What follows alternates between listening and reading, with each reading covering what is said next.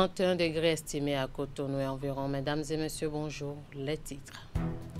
Première phase du programme national de vaccination en milieu carcéral. Le ministre de la Santé et son collègue de la Justice étaient à la prison civile de Cotonou pour s'assurer du bon déroulement de ce programme. Les précisions à suivre dans ce journal. Modeste Kérékou est allé s'enquérir du niveau d'avancement des travaux de construction du site destiné au projet de valorisation du sel béninois Procel. Le ministre en charge des petites et moyennes entreprises a saisi l'occasion pour échanger avec les dames sur le site situé à Djegbadi. Les précisions à suivre. Et puis, lancement de la campagne agricole 2025-2026. C'est la commune de Dassazoumé qui a accueilli l'événement présidé par le ministre de l'Agriculture. Les détails à suivre. À nouveau, bonjour. Le dimanche 13 avril marque le début de la semaine sainte pour la communauté chrétienne catholique. C'est le dernier virage de la période de jeûne avant la fête des Pâques. Durant cette période, les chrétiens sont invités à respecter davantage les trois piliers de la semaine sainte que sont la prière, le jeûne et l'aumône. Le père Biao Patrice Adjiran, curé de Sainte-Thérèse de Godoma, revient ici sur la signification de la Semaine Sainte, les comportements à adopter et les couleurs liturgiques de cette période. Il est au micro de Père Ingrid Day. La Semaine Sainte, c'est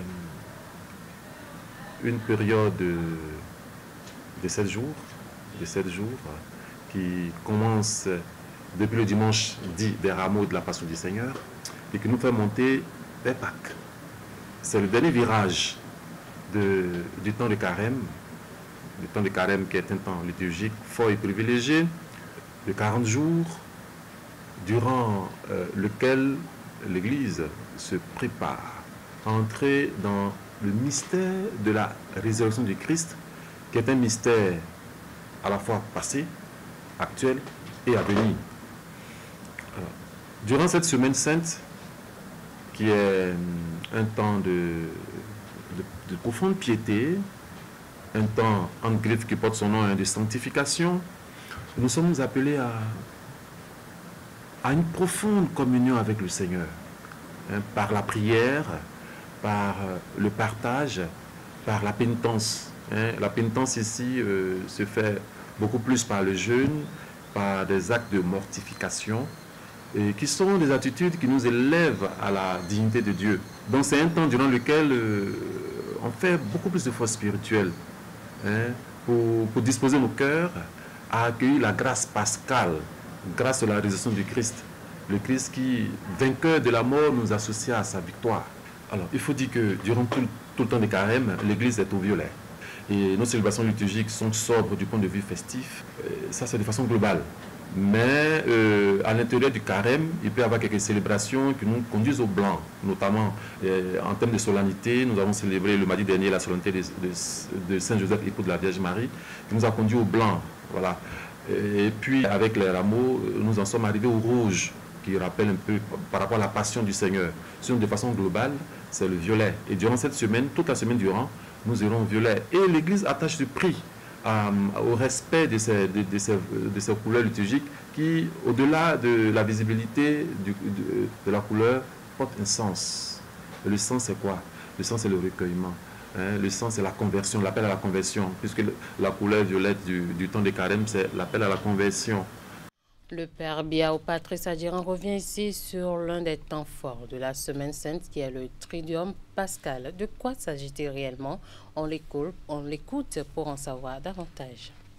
Alors le Triduum Pascal, de son étymologie latine, c'est une période de 3 jours. Alors le Triduum Pascal nous conduit à Pâques. Les 3 jours qui nous conduisent à Pâques, notamment le jeudi saint, le vendredi saint et le samedi saint avec la veillée pascale. C'est le caractère immédiat qui fait la particularité du Triduum Pascal et les célébrations qui sont vécues ont leur particularité. Mais tout débouchera sur Pâques qui fait en fait le cœur de la vie de l'Église. Le jeudi saint, c'est la fête du sacerdoce et de l'Eucharistie. Le sacerdoce qui est le mystère par lequel Jésus-Christ lui-même fait participer des hommes comme moi, à son mystère du salut en faisant d'eux des prêtres. Le lavement des pieds, qui s'inscrit dans la tradition de l'Église, est d'origine biblique.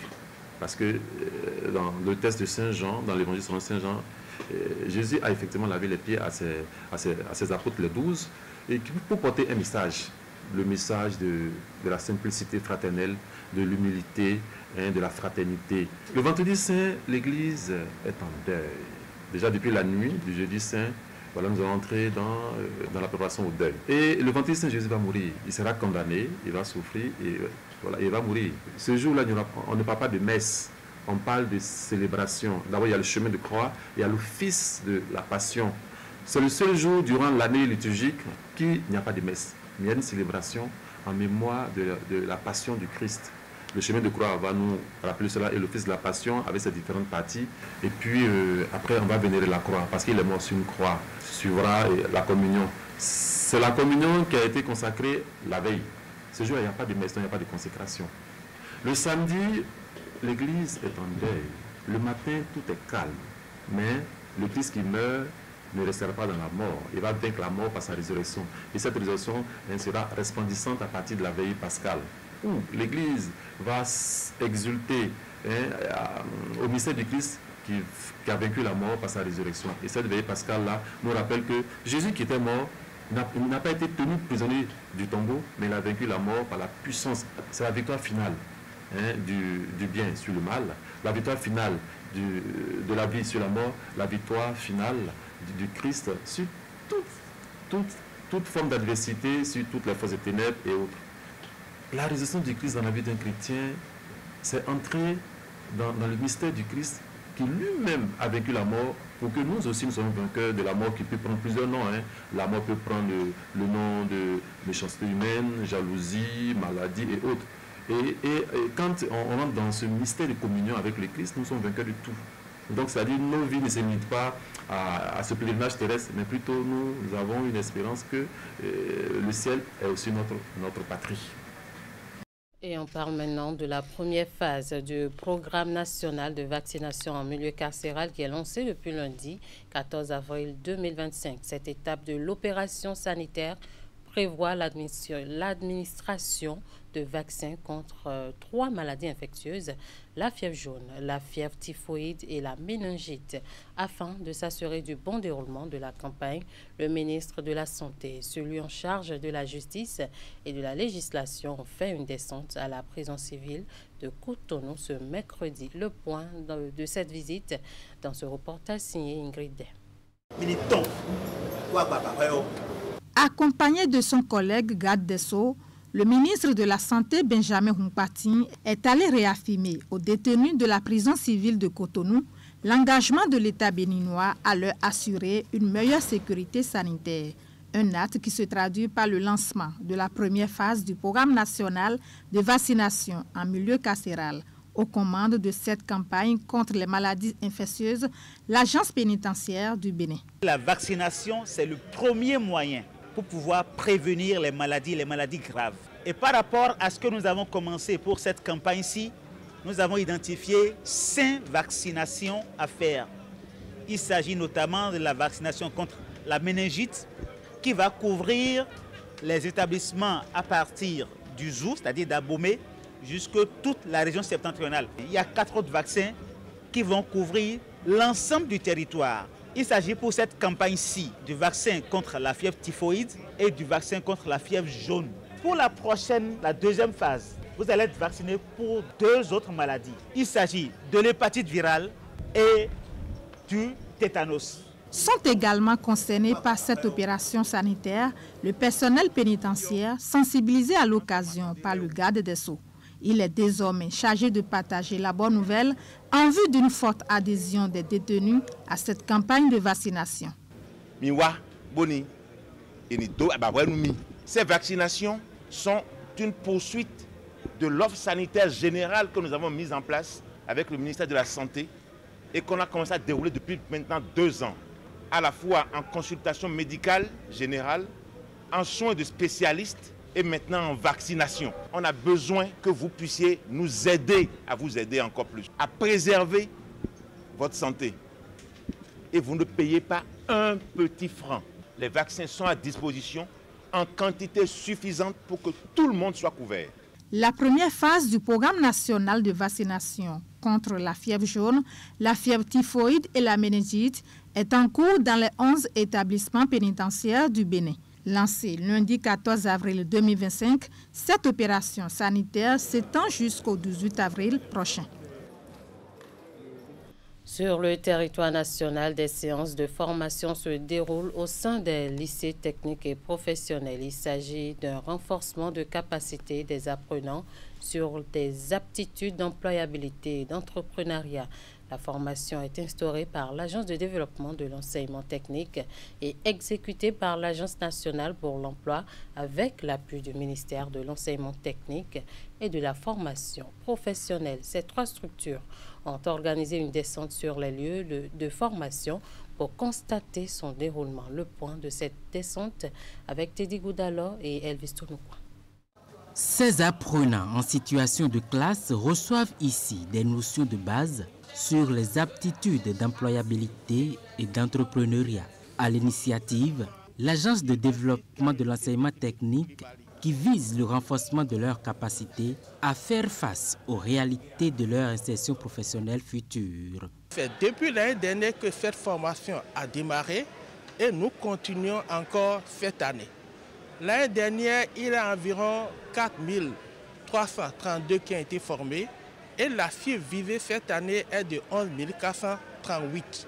À terme, à la fin du projet, nous aurons impacté 40% des apprenants, environ 27 000 des apprenants de l'UFTP. L'Agence nationale pour l'emploi est le bras opérationnel de cette formation au profit des élèves des lycées techniques et professionnels et agricoles du Bénin. Plusieurs modules de formation dont les techniques de recherche d'emploi, les stratégies d'auto-emploi et bien d'autres sont déployés. Nous travaillons avec eux sur les techniques d'insertion professionnelle dans l'emploi salarié. Mais il n'y a pas que l'emploi salarié qui peut permettre à un jeune de s'épanouir professionnellement. Il y a également l'entrepreneuriat. Et là, nous les dotons, nous les accompagnons à maîtriser les stratégies et les techniques d'auto-emploi. Nous finissons par les compétences de vie, qui sont également très importantes en matière d'insertion professionnelle. Notre constat, c'est la satisfaction. Bien évidemment, cette visite répond également à un besoin, celui de venir vérifier les conditions de déroulement de la formation. Le programme d'action du gouvernement, à travers cette stratégie, vise à former des professionnels épanouis, compétents et compétitifs au service de la transformation structurelle de l'économie béninoise. Donc, c'est la mise en œuvre évidente, conséquente du programme d'action du gouvernement sur le terrain que vous voyez. Après les phases expérimentales, ces modules seront intégrés dans le curricula de formation des apprenants. C'est un programme prioritaire pour le gouvernement qui suit de près sa mise en œuvre dans les lycées techniques et professionnels concernés. Je l'annonçais en début d'édition, le ministre des Petites et Moyennes Entreprises et de la Promotion de l'Emploi était dans la matinée de ce mercredi sur le site d'aménagement et de valorisation du sel local IOD Rouladje dans la zone côtière du Bénin, Procel, en abrégé Modeste Kérékou. Il était pour prendre les nouvelles de la construction à Djegbadji du site devant abriter le Procel, projet destiné à assainir les conditions de vie et de travail des productrices pour une production massive et de qualité. Virgile à Rodéon. Le ministre des Petites et Moyennes Entreprises et de la Promotion de l'Emploi sur le site d'aménagement et de valorisation des marais salants de la commune de Ouida. Modeste Kérékou effectue cette descente à Djegbadji pour apprécier le niveau d'avancement du Procel, projet de promotion du sel local iodé Rouladje dans la zone côtière du Bénin. Si ce projet a été initié et soutenu par le gouvernement, il vise essentiellement, j'allais dire, 2-3 objectifs. Le premier, c'est déjà de réduire la pénibilité de nos mamans qui s'adonnent au travail de production de sel. La production du sel, telle qu'elle se faisait par le passé, exerce beaucoup de pression sur la mangrove. D'où l'avènement du Procel pour résoudre deux problèmes. D'abord, en finir avec la destruction de l'environnement et ensuite permettre aux producteurs de travailler dans un environnement sain. C'est pour ça que nous sommes pressés. Nous nous impatientons de voir ce chantier enfin livré. Depuis la mise en œuvre de ce projet au niveau de l'unité de production de Djegbadji à Ouida, les producteurs éprouvent de moins en moins de difficultés et disposeront à terme de tous les équipements et infrastructures modernes pour produire du sel local de bonne qualité. Normalement, le projet intervient dans 5 communes, à Sémé, à Ouida, à Kouamassé, à Kome et à Grand Popo pour soutenir les producteurs de sel. Dans la commune de Ouida, nous avons plus de 800 acteurs que le projet accompagne, dont 14 coopératives de producteurs de sel. À Ouida, nous avons une coopérative d'en moyenne 100 membres qui vont utiliser ce site-là, ainsi qu'un autre site qui sert à produire du sel séché à un espace de vente. Le projet a commencé la construction du site l'année passée et normalement, l'exploitation du site va commencer avec la livraison des équipements courant le second trimestre de cette année. Donc en ce moment-là, les bénéficiaires du projet pourront utiliser les équipements et pourront vraiment profiter de cette infrastructure-là. En attendant d'intégrer leur nouveau cadre de travail, ces productrices peuvent déjà remercier le gouvernement dont elles sollicitent encore l'accompagnement pour ce qui est de l'écoulement de leurs produits.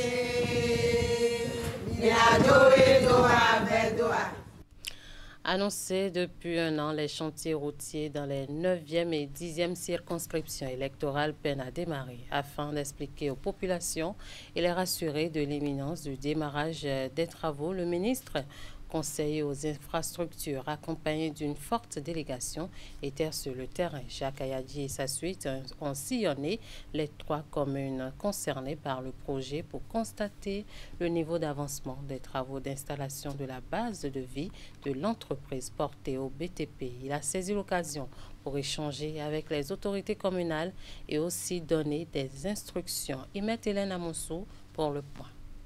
Une descente à caractère exceptionnel. L'objectif, selon le chef de la délégation, est de rassurer les populations concernées par le projet routier lancé dernièrement dans les 9e et 10e circonscriptions électorales et qui peine à démarrer.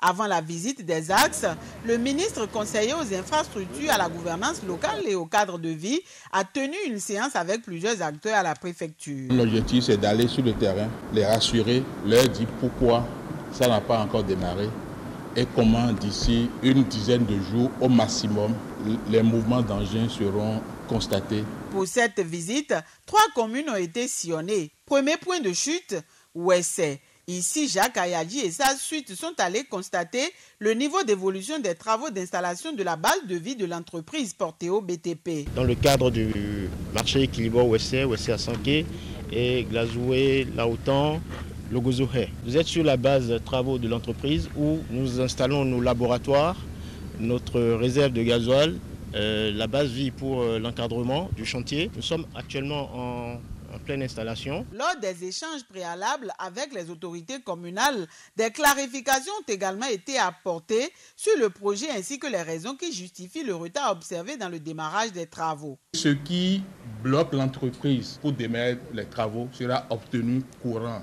La semaine prochaine, c'est le certificat de conformité environnementale. D'un coût global de 39 milliards à 618 millions 170 103 francs CFA, ce projet de bitumage et de réhabilitation prend en compte un certain nombre de voies, à savoir la route Kilibo-Ouessé, longue de 25 km, Ouessé-Anserké, 22 km, Glazoué-Logozoré, en passant par Ouedeme et Larotan, 32,5 km, puis la voie qui part de Glazoué à Klangpa, en passant par Santé, longue de 32 km. Ce qui est essentiel, les gens n'ont pas peur que des biens soient partis au profit de la réalisation de cette voie. Je remercie les ministres qui ont fait le déplacement.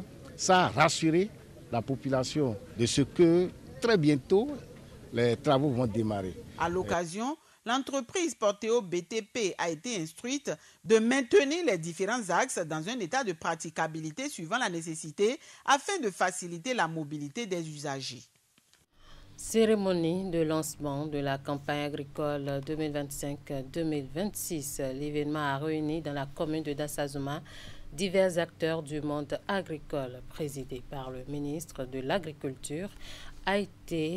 La cérémonie a été l'occasion pour l'autorité de rappeler les avancées enregistrées dans le secteur grâce aux efforts consentis par l'exécutif et les réformes entreprises. Gaston Dossoui, tout en mettant l'accent sur l'évidence du thème retenu cette année, a aussi attiré l'attention de l'assistance sur les mesures prises par le gouvernement en faveur des producteurs. Nous retrouvons Emet Hélène Amoussou. C'est officiel. La campagne agricole 2025-2026 est lancée. Les manifestations présidées par le ministre de l'Agriculture, de l'Élevage et de la Pêche se sont déroulées à Edero dans la commune de Dassazouma.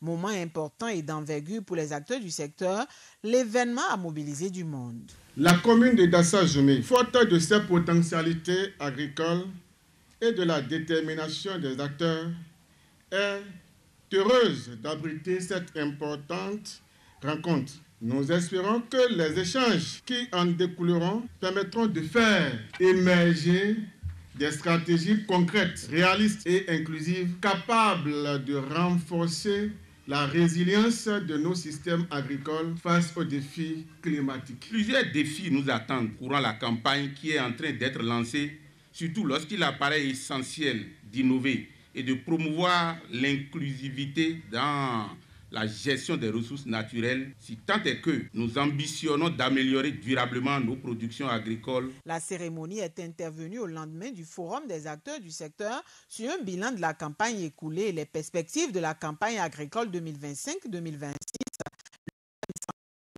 duquel se dérouleront les diverses opérations l'amélioration des productions végétales et animales, gestion concertée des ressources naturelles. L'objectif est escompté. Le ministre a aussi mis l'accent en faveur des producteurs. Le recrutement de 200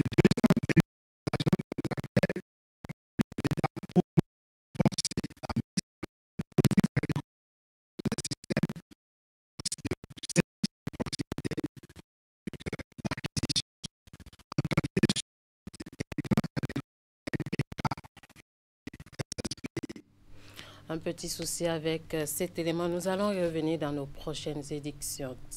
Un groupe de 6 ambassadeurs béninois en visite de courtoisie au cabinet du président du Conseil économique et social. Les 6 diplomates ont reçu lors des échanges des conseils auprès du président de l'institution afin de travailler à rehausser l'image du Bénin dans les différents pays où ils sont envoyés. Au sorti de l'audience, Joseph Aranzo, ambassadeur extraordinaire plénipotentiaire du Bénin au Maroc, s'est confié à la presse. Nous allons le suivre au micro de Simon Rolonou et Jules Tcho.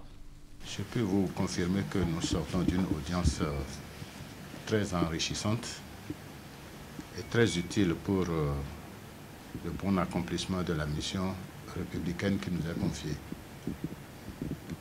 De nos échanges avec le président du Conseil économique et social,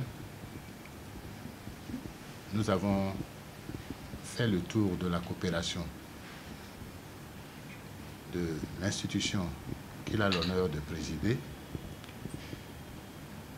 au regard des différents pays d'accréditation dans lesquels nous sommes envoyés en mission. Et nous avons également reçu, dans l'intérêt de notre pays, des orientations précises du président du Conseil économique et social, qui a souhaité véritablement que nous travaillions dans le sens du rehaussement de l'honneur et de la dignité de notre pays. Il nous a recommandé fortement que nous puissions mener notre mission dans l'intérêt de l'amélioration des conditions de vie de nos communautés. Il a insisté surtout sur la diplomatie économique, la diplomatie culturelle, la diplomatie sociale. Nous avons pris bonne note de tout cela et nous travaillerons à ce que nous restions toujours en contact avec le Conseil économique et social et les instances dirigeantes de cette institution